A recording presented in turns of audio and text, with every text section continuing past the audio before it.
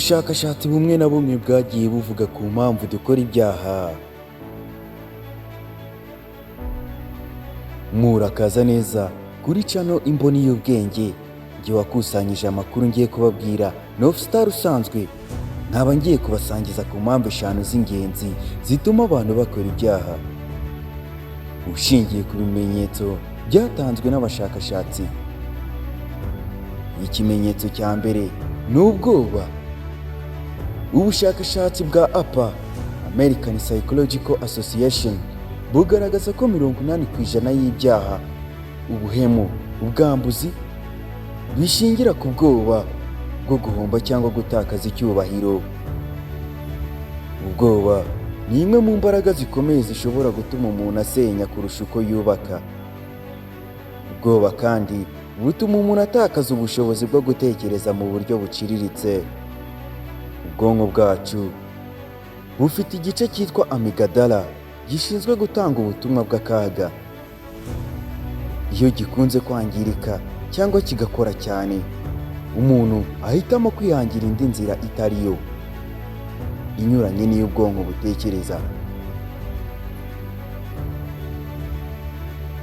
Iyi mpamvu ya kabiri ni amarangamutima yihuse, icyo twita quick reaction mu Cyongereza. Igerageza rya Harvard University ku mico y'ibijyanye no gufata ibyemezo cyangwa se kugira amarangamutima yihuse. Ubu bushakashatsi bwerekanye ko 64% y'ibyaha by'ihohoterwa bikorwa mu masegonda make kandi mu buryo bwihuse. Ibi ngibi bikaba bigira ingaruka nyinshi cyane mu buzima bwa muntu.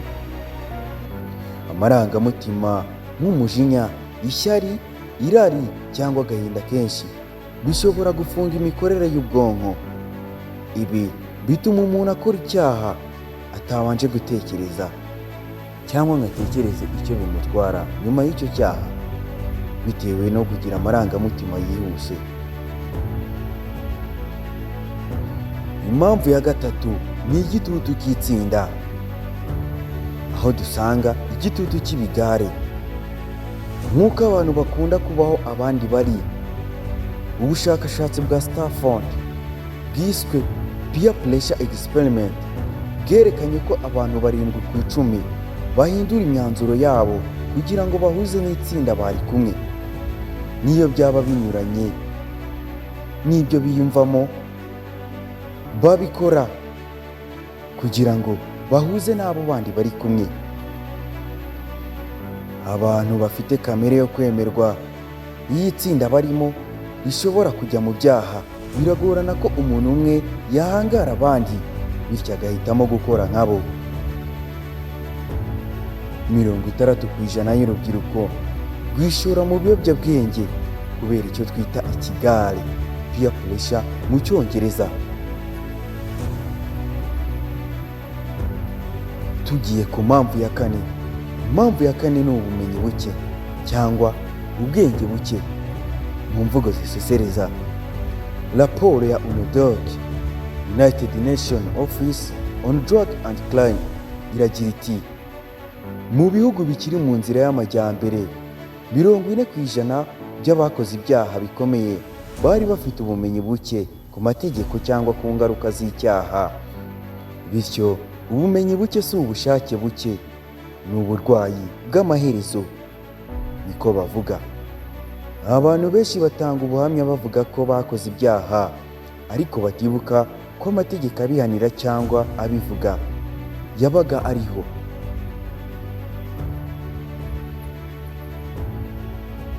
Impamvu ya gatanu ni ukudakurana urukundo.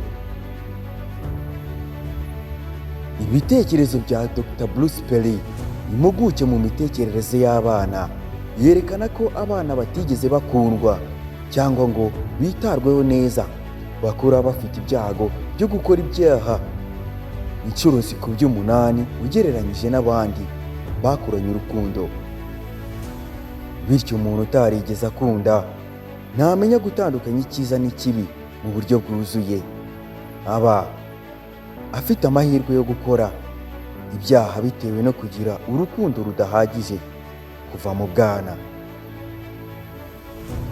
uwo mwana wakuze akubitwa, umwana wakuze atitayeho cyangwa adafite umutekano wo mu mutima, akurana umujinya mwinshi.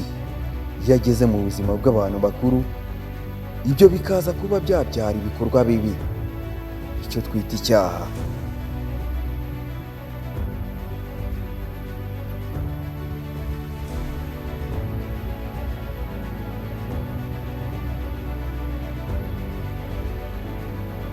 Ntabwo icyaha gikomoka ku bugome nk'uko abantu benshi babyibwira. Gitangirira mu bwoba, mu gahinda, mu gitutu, mu kumenya guke no mu gutakaza urukundo rukwiye. Aya makuru nk'uko mwabyiyumviye yakozweho ubushakashatsi bugiye butandukanye, yegeranywa nanjye Offstar usanzwe. Wakoze gukurikirana channel Imboni y'Ubwenge. Kora subscribe kugira ngo buri munsi tujye tuguha igaburo ry'ubwenge ry'ibintu bigezweho kandi byubaka. Wakoze gukurikirana channel yacu nakagaruka.